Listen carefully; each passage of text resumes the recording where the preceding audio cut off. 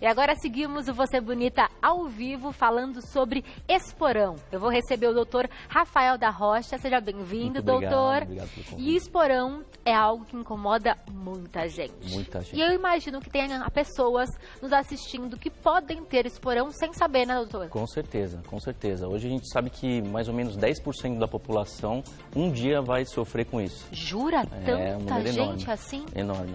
E o que é esporão, afinal?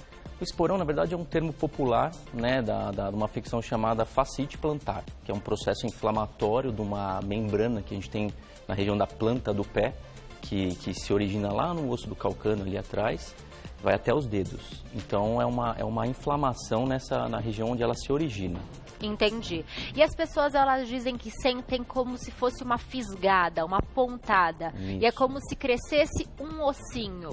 Isso. O que seria isso, de forma real? Isso. Na verdade é o seguinte, a pessoa ela vai sentir como se fosse tem muitos pacientes que falam que parece um prego entrando embaixo da sola do pé. É exatamente essa sensação mesmo, tá?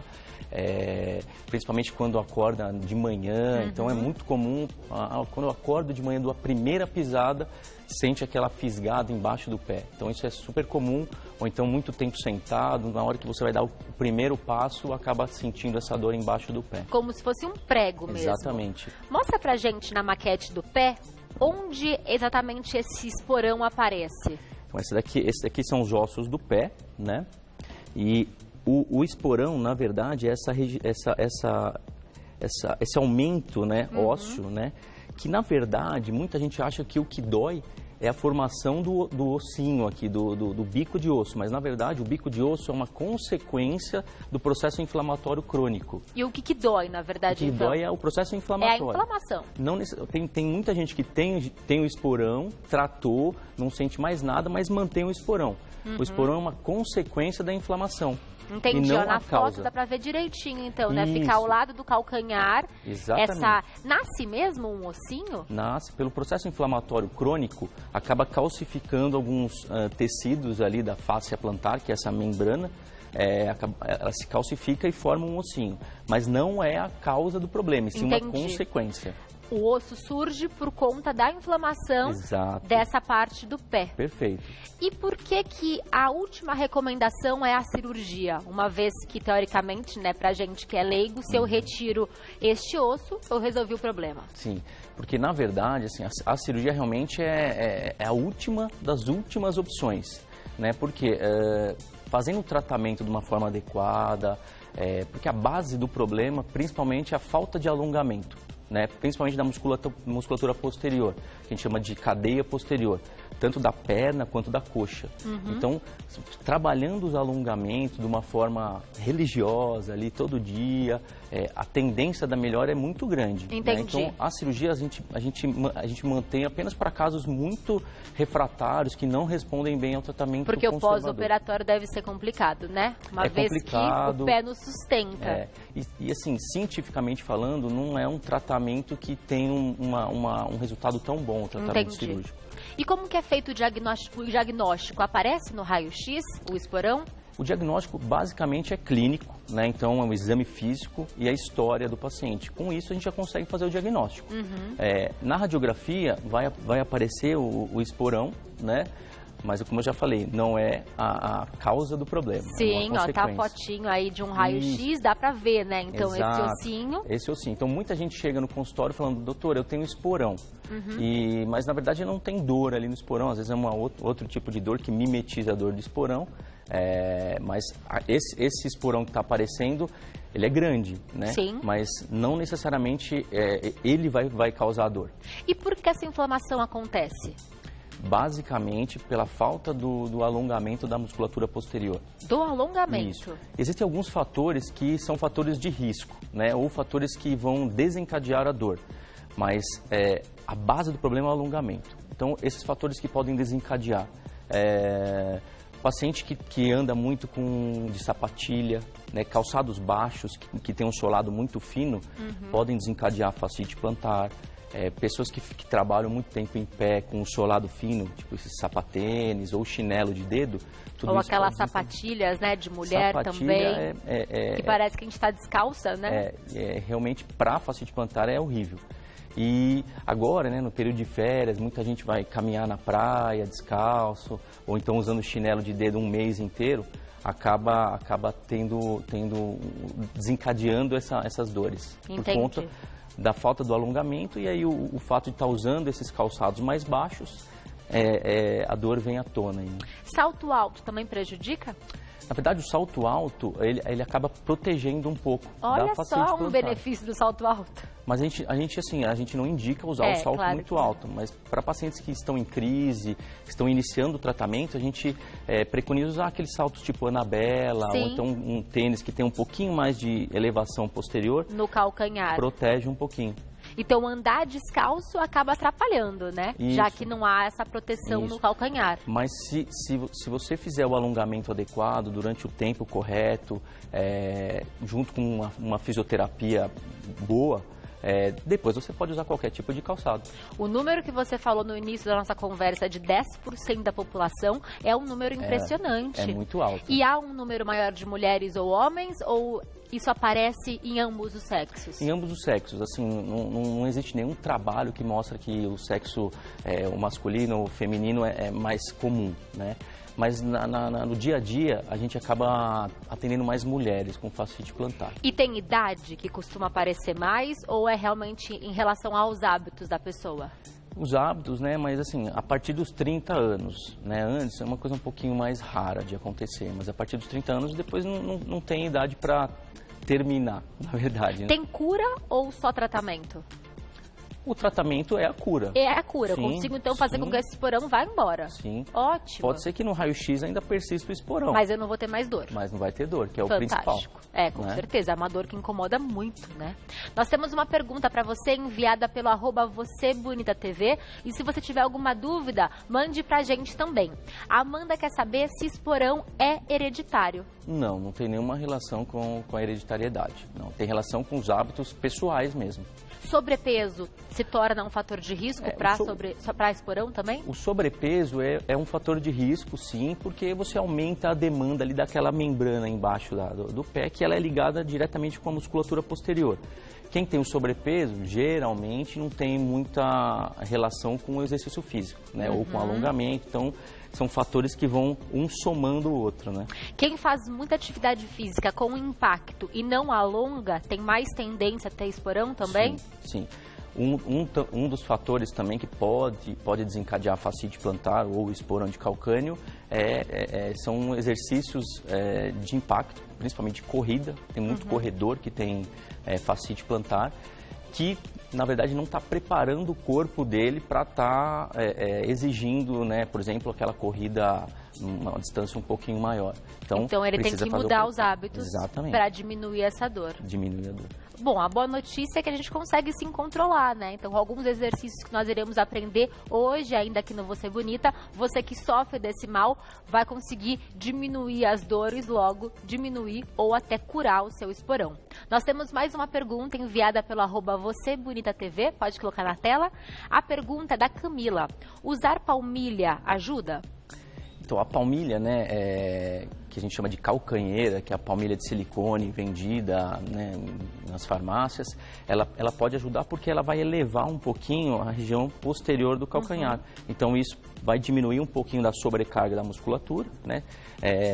Vai agir como se fosse um uso de um tênis que tem um solado um pouquinho mais alto. No início, né, do paciente em crise, que começou o tratamento, a palmilha pode ajudar sim, a calcanheira de silicone pode ajudar. É um tipo específico, então, de palmilha, esse que você está falando? Não, existe no mercado, que é metade da palmilha, uma calcanheira. É só para a parte do calcanhar. Posterior, que vai elevar um pouquinho, diminuir um pouco da sobrecarga muscular. Já que essa palmilha simula um pouco o tênis, eu imagino que o tênis seja um excelente calçado para quem sofre com esporão. Perfeito, é um excelente calçado. Mas no Brasil, né, as mulheres são muito vaidosas, então tem mulher que não quer usar tênis, então a gente acaba orientando para usar uma Anabela, um calçado que tem um pouquinho mais de elevação posterior. Sim. E o tênis, ele acaba também atuando como prevenção, o uso dele? Uma vez que não tem tanto impacto nessa região? Sim, com certeza. Tudo que você conseguir tirar um pouquinho do impacto, né? Ajuda. Bom, gente, tênis está na moda, né? Vamos então abusar desse calçado. Eu tenho mais uma pergunta para você. Pode colocar na tela, por favor? A pergunta é do Roberto. A cãibra pode ter relação com o esporão? Não responda ainda, eu vou dar um recadinho e volto. E a gente segue este passo. A Bianca já está aqui, ó, posicionada. Daqui a pouquinho ela vai demonstrar pra gente alguns exercícios que você pode fazer na sua casa. Vamos colocar na tela de novo a pergunta que nós recebemos pelo @vocêbonita, que é excelente. A pergunta do Roberto. A cãibra pode ter relação com o esporão? E aí, doutor, pode ou não? Na verdade, assim, uma relação direta não, mas a cãibra tem uma relação com o encurtamento da musculatura posterior, né? Hoje, no nosso corpo, muita coisa acontece por conta de desbalanço muscular, né? Então, eu costumo falar para meus pacientes, não adianta a gente ficar tomando remédio. Alguma coisa está acontecendo de errado, então a gente tem que tentar balancear principalmente a parte muscular. A cãibra tem uma relação direta com esse encurtamento muscular. Então, se o Roberto começar a fazer um alongamento diário da cadeia posterior, principalmente que é a cadeia onde a gente tem mais cãibras, ele vai melhorar. Então, a cãibra é um indicativo que falta alongamento para a pessoa? Sim, com certeza. Então, a cãibra pode depois, se a pessoa não fizer nada em relação a esse alongamento, ocasionar a fascite. Sim. Bem legal. E, doutor, há algum tratamento sem ser o alongamento? Há remédio que se toma também? Quando a dor está muito intensa ou não? O remédio a gente acaba utilizando naquele paciente que está com uma dor aguda, que realmente não está conseguindo encostar o pé no chão. A gente acaba utilizando mais para tirar esse processo inflamatório agudo. Mas é o que eu falei no início, não adianta a gente ficar medicando, sendo que a base do problema é a falta do alongamento. O remédio não vai tratar, né? Ele vai só resolver pontualmente o problema, mas ele não vai curar. Isso. Em torno de 70%, 80% dos pacientes têm um resultado bom, fazendo direitinho todo o protocolo de tratamento. Ótimo, né? É um número excelente. Muito bom. E essa porcentagem de pacientes que não melhoram, existem outros tipos de tratamento, né? Então, na literatura existem infiltrações com um pouquinho de anestésico e corticoide, né? Porém, eu particularmente não gosto muito, pode aumentar o risco de ter uma ruptura da face, mas está indicado em alguns casos. Existe um tratamento hoje que eu gosto bastante, também com um resultado bom, chama terapia por ondas de choque. Que é uma máquina que você acaba utilizando naqueles pacientes que têm 6 meses de tratamento sem resposta. Então você acaba utilizando essa terapia que o resultado é muito legal. Nós temos uma pergunta sobre o uso de corticoides. Pode colocar na tela, por favor, que foi enviada pelo @vocêbonitatv. Se você tiver alguma dúvida, mande pra gente também. A pergunta da Paula. Tenho esporão há 1 ano e fiz infiltração com corticoide. Não adiantou. O que fazer? Perfeito. Essa infiltração que eu te falei, que é corticoide junto com um pouquinho de anestésico. Então, tem alguns trabalhos, né, que mostram que a infiltração ela vai melhorar em torno de 3, 4 meses apenas, né? E ainda aumenta um pouco a chance de risco de ruptura da fáscia, de romper. Então, por isso que particularmente eu não gosto de fazer. Sim. Mas realmente tem essa recidiva dos sintomas depois de um tempo. Provavelmente ela não está fazendo o protocolo de tratamento, que realmente não é de um dia para o outro que vai melhorar. Então eu costumo dizer para os meus pacientes, acredita em mim, né? Vamos fazer os alongamentos todos os dias, vamos fazer uma fisioterapia legal, que em torno de 3 semanas seus sintomas começam a melhorar. Entendi. E eu posso fazer em casa esse tipo de alongamento? Não preciso necessariamente ir até um fisioterapeuta? O ideal é ter essa... combinar. Combinar. Então, o alongamento que o fisioterapeuta vai passar, todo o protocolo que o fisioterapeuta tem para fascite plantar, é um tratamento coadjuvante com o alongamento diário em casa. Então, uma vez por semana a fisioterapia e no restante dos dias, alongamento em casa. No início, pelo menos 2 vezes por semana. Difícil. Seria o ideal. Para a gente ter um resultado com pelo menos 3 semanas, começar a ter um resultado bom. Então, pelo que eu entendi, não é tão rápido assim o resultado, é preciso um pouquinho de paciência. Não, por isso que o pessoal... E determinação. Por isso que o pessoal que gosta de tomar remédio, quer ser uma coisa mais rápida, mas não é. O encurtamento muscular não veio de um dia para o outro. Sim. É uma coisa que vem há muitos anos, né? Então, de um dia para o outro a gente não consegue melhorar. Vamos ver então os exercícios? Vamos lá? Nossa modelo Bianca Mello já está aqui. Tudo bom, Bianca? E ela está com uma toalha. Imagino eu que esse será o acessório do exercício. Isso. um acessório simples, todo mundo tem em Todo casa. mundo tem em casa. Pode ser com os elásticos que vendem em loja de material cirúrgico ortopédico, que chama Teraband, pode estar usando também, mas a toalha todo mundo tem em casa, ou um cinto, ou uma faixa de judô, muitos pacientes perguntam. Sim. Então, é um exercício simples em que a gente vai fazer um alongamento de toda a cadeia posterior, tá?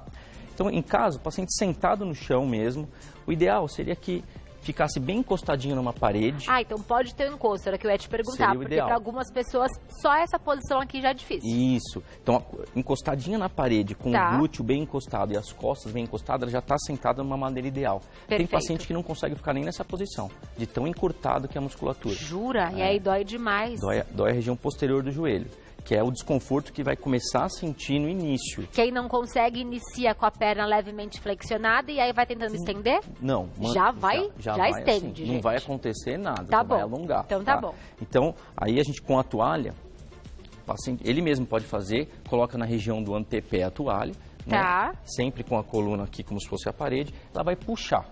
Tá? Um pé de cada vez. Um pé de cada vez, vai puxar, vai segurar 30 segundos, fazendo 20 vezes de manhã, 20 vezes à noite. Quando acordar e quando for dormir? Pode ser, qualquer horário, mas faz 2 vezes por dia. Tá? E essa toalha está posicionada, então, na parte superior do pé, os dedinhos estão para fora? Isso, na região que a gente chama de antepé, na parte um pouquinho mais para cima do pé. Os dedos ficam livres, então. Aí a gente perguntar para a Bianca, ela está sentindo uma dor aqui, na verdade um desconforto, na região posterior do joelho. Sentindo esse desconforto é que está tendo um alongamento efetivo. Então a dor é no pé, mas o alongamento ele nasce na parte posterior. Do pé, da perna, desculpa. A gente está trabalhando toda a musculatura da perna posterior e da coxa. Entendi. Tá? 30 segundos em cada perna. 20 vezes de manhã, 20 vezes à noite. 20 vezes de 30 segundos. 20 vezes de 30 segundos. Isso, é bastante, então. Tem que realmente ter bastante determinação. Mas vamos dar adeus a essa dor, né? Sim, tem gente que não consegue andar, né? Acorda de manhã e não consegue caminhar. Então, tem que persistir com os alongamentos que melhora. Pode fazer na cama? Pode. Então, tem muitos pacientes que não querem sentar no chão, pode ser encostado na cama também, sem problema nenhum. E aí faz alternando. Isso. E quem tem mais dificuldade de mobilidade, como senhoras e senhores, tem alguma adaptação no exercício?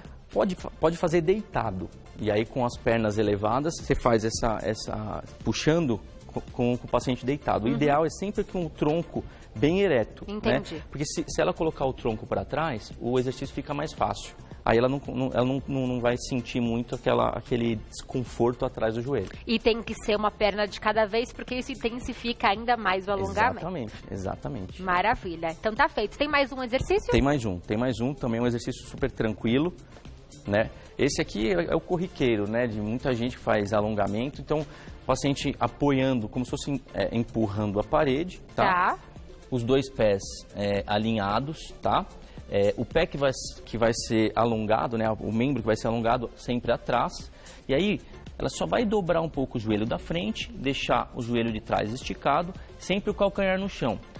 Ela não vai sentir tanto atrás do joelho, vai sentir mais na região posterior da perna, aqui na panturrilha. Tá? Esse exercício pode ser feito na escada também? Também. Num degrau? Qualquer exercício que vá fazer um alongamento da cadeia posterior, ele é bem-vindo. Né? Então tem muita gente que coloca o pé na escada e faz o alongamento, vai sentir também a região posterior da perna, aqui da panturrilha. Qualquer alongamento que trabalhe a cadeia posterior vai ser bem-vindo. Perfeito. É que eu costumo passar esses dois para os pacientes. Que são mais fáceis, são mais tranquilos, fazendo certinho. Esse também, segura 30 segundos, 20 vezes de manhã, 20 vezes à noite. Na academia tem umas pranchinhas também, né? Umas rampinhas pequenininhas que são excelentes para alongar essa região. Perfeito. Ou então, para quem tem um pouco mais de alongamento, a ideia então é alongar a cadeia posterior. Perfeito. Isso vai minimizar a sua dor. Perfeito. E são 2 exercícios simples, sem acessório algum, só uma toalha, você tem na sua casa, dá para fazer. Obrigada, Bianca. Vamos voltar para cá, que nós temos mais perguntas enviadas pra gente pelo @VocêBonitaTV. Pode colocar na tela a primeira pergunta, que é da Jéssica. Exercícios com bolinhas de tênis são uma boa ideia? Então, tem vários, né, utensílios que o pessoal acaba utilizando, né? Então, tem a bolinha de tênis, tem a bolinha que faz massagem, tem a garrafinha com gelo. Então, são todos utensílios que vão diminuir um pouquinho da dor local, né? Mas voltando sempre na mesma história. Mesma história. São métodos paliativos que vão diminuir um pouquinho daquela sensação dolorosa no momento, mas a base do problema não vai ser corrigida. Mas eu posso combinar. Eu tô com muita dor, eu fiz os exercícios, eu alonguei direitinho, mas eu quero ainda soltar um pouco mais essa região, então vou usar a bolinha. Sim, sim. Você falou que bolinha de tênis vale, que realmente é uma delícia, né? Até para quem não sofre desse mal, é tão gostoso, relaxa o corpo inteiro, né? Você acaba fazendo uma massagem ali. Você faz em pé, assim, soltando, ou então o uso de garrafinha com gelo. Isso, muita gente coloca água e coloca na garrafinha e põe no freezer, né? E aí fica passando o pé em cima. O gelo vai agir como um anti-inflamatório local e também pode diminuir a dor, né? Mais aguda. Perfeito, mas sempre combinando com o alongamento, que vocês viram que são várias repetições. São várias. Tem que ter foco. Mais uma pergunta na tela, pode colocar, por favor? A pergunta agora é da Sônia. Esporão pode trazer algum outro tipo de doença? Ótima pergunta, Sônia. Pode, doutor? A fascite plantar, ela pode estar associada com algumas patologias sistêmicas, que a gente chama. Então, algumas doenças reumáticas, né? Então, tem, em média, 17% de algumas patologias reumáticas, elas começam no pé, né? Então, pode ser um fator que a gente tem que ficar de olho, né? Se não for aquela fascite clássica, né? Sempre vai fugir um pouquinho do clássico, né? Quem tem essa patologia reumática. Mas não é uma coisa tão comum, mas pode vir associada a alguma patologia reumática, sim. E se eu não cuidar do esporão, eu posso sofrer de outros problemas no futuro? Em relação à parte reumática, você disse? Em relação a outras dores, outros problemas ortopédicos. Com certeza. Então, assim, como eu disse, é um desbalanço da musculatura. Sim. Então, o desbalanço da musculatura é um encurtamento da cadeia posterior, pode levar a uma dor lombar baixa, né? Pode levar a uma hiperpressão da patela no fêmur, podem levar a uma que a gente chama de condromalácia, que é o desgaste da cartilagem, do joelho. Então, são vários fatores que o desbalanço muscular acaba podendo piorar algumas outras doenças. Entendi. E há algum tipo de atividade física recomendada para quem está nesse momento com o problema do esporão? Inicialmente, atividades sem impacto, né? Até sair daquele período de crise. Então, a hidroginástica, a natação, a bicicleta pode fazer, o elíptico pode estar fazendo, não tem problema. A musculação, agora o impacto na esteira, correr na esteira, andar na esteira, tem que evitar, principalmente no início da patologia, onde tem aquele quadro mais agudo. Você falou da importância do fortalecimento, na verdade, do alongamento. O fortalecimento com a musculação também auxilia? Com certeza, com certeza. Então, como eu falei anteriormente, é o desbalanço. Então, você fortalece a parte anterior, alonga a parte posterior para você ter um balanço muscular, para você evitar de ter várias lesões ortopédicas. O corpo é uma máquina, né, doutor? Então, a gente tem que, exatamente. Se você fez a musculação, você tem que alongar. Se você fez atividades físicas de impacto, você tem que alongar. Não pode pular, né? Exatamente. Pular as etapas. Tem que fazer tudo direitinho para não ter nenhum problema. Nós temos mais perguntas. Pode colocar na tela a próxima. A pergunta é da Madalena. O Joanete tem relação com o esporão? Não, nenhuma relação direta. São patologias completamente distintas. O Joanete, então, é uma calcificação também? Não, o Joanete, na verdade, é uma deformidade angular, né? Na verdade, não cresce osso. Tá. É que tem um desvio do osso, e aí esse desvio faz com que a cabeça do metatarso, que é essa daqui, ó, esse metatarso aqui, ele desvia. Né? Então, esse desvio é que faz com que haja aquele abaulamento na pele. E é isso que causa dor, é o desvio. O desvio. Que causa dor. Exatamente. E quando nasce uns ossinhos, uma calcificação na parte de trás, tem alguma relação também com o esporão ou não? Que é calcanhar também.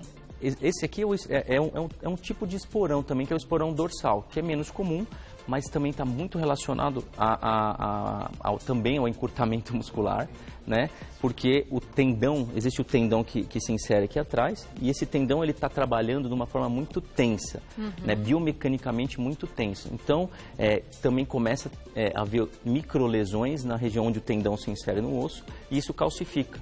Também, exatamente como na fáscia plantar. Né? Então, começa a formar bico ósseo aqui na região posterior também. O tipo de pisada também tem relação com problemas na planta do pé? Quem pisa torto, quem não pisa com um calcanhar ou coloca muito peso no calcanhar, interfere? Na verdade, sim, na fascite plantar também não existe relação científica do pé plano ou pé cavo ou pé supinado na gênese da patologia, né? Mas no dia a dia a gente não vê muita diferença. Tem muita gente que tem o pé supinado, a pisada supinada ou a pisada pronada, tem fasciite. Entendi, não tem uma regra. Não. Temos mais uma pergunta para você, pode colocar na tela e se você tiver alguma dúvida, temos poucos minutos, mas pode mandar pra gente. A pergunta é da Kátia. Reflexologia ajuda no tratamento? É o que eu costumo dizer, tudo que vier para somar é bem-vindo, né? Então, por exemplo, muita gente me pergunta da acupuntura, né? Que ele vai agir também como se fosse um anti-inflamatório ali, né? Então, também é bem-vindo, né? Porém, não vai agir na base do problema também. Entendi. E você mostrou aqui 2 exercícios, mas na fisioterapia são feitos outros exercícios também, né? Tem um protocolo de fortalecimento também da musculatura intrínseca do pé. Então, tem todo um protocolo seguido que ajuda a encurtar o tratamento e melhorar os sintomas de uma forma mais precoce. Então, por isso a importância de combinar, né, os tratamentos. E se você quiser buscar, então, acupuntura ou reflexologia, é tudo bem-vindo. Sem dúvida. Temos mais uma pergunta, pode colocar na tela. Agora a pergunta é da Fabiana. Terapia com ondas de choque resolve? Você falou um pouquinho sobre isso, né? Isso. Então, é uma terapia que ela é baseada na litotripsia, que é aquela máquina que quebra a pedra do rim. Tá. Né? Então, é um aparelho em menores proporções para a gente utilizar em algumas patologias ortopédicas. Não é choque, igual choque de eletricidade. Ele emite ondas de choque porque ela é uma pancada, né? Resolve, né, em pacientes com tratamento que não melhorou a partir de 6 meses, a gente acaba indicando em torno de 70%, 80%, 85% de melhora com a terapia por ondas de choque. Então é um tratamento extremamente bem-vindo também. Perfeito. Para finalizar nosso bate-papo, depois de quanto tempo, em média, seguindo tudo que nós falamos aqui, a pessoa vai conseguir sentir uma melhora? Perfeito. Eu costumo dizer para os meus pacientes, se ele for regrado ali, fizer os alongamentos de uma forma religiosa, em torno de 3 semanas, ele começa a ter um resultado, já tem um resultado. 3 semanas. 3 semanas. Vamos lá, gente. Foco que 3 semanas passa rapidinho. Vou deixar aqui o contato do Rafael, que é a clinicalark.com.br. clinicalark.com.br e a nossa modelo é da maxfama.com.br. Muito obrigada, doutor, pela sua participação. O Você Bonita de hoje está chegando ao final. Foi um prazer estar com você novamente nesta terça-feira. Eu sigo por aqui até sexta-feira. O meu Instagram é @PamelaDomingues. Te espero por lá. Tenha um ótimo dia. Um beijo e até amanhã.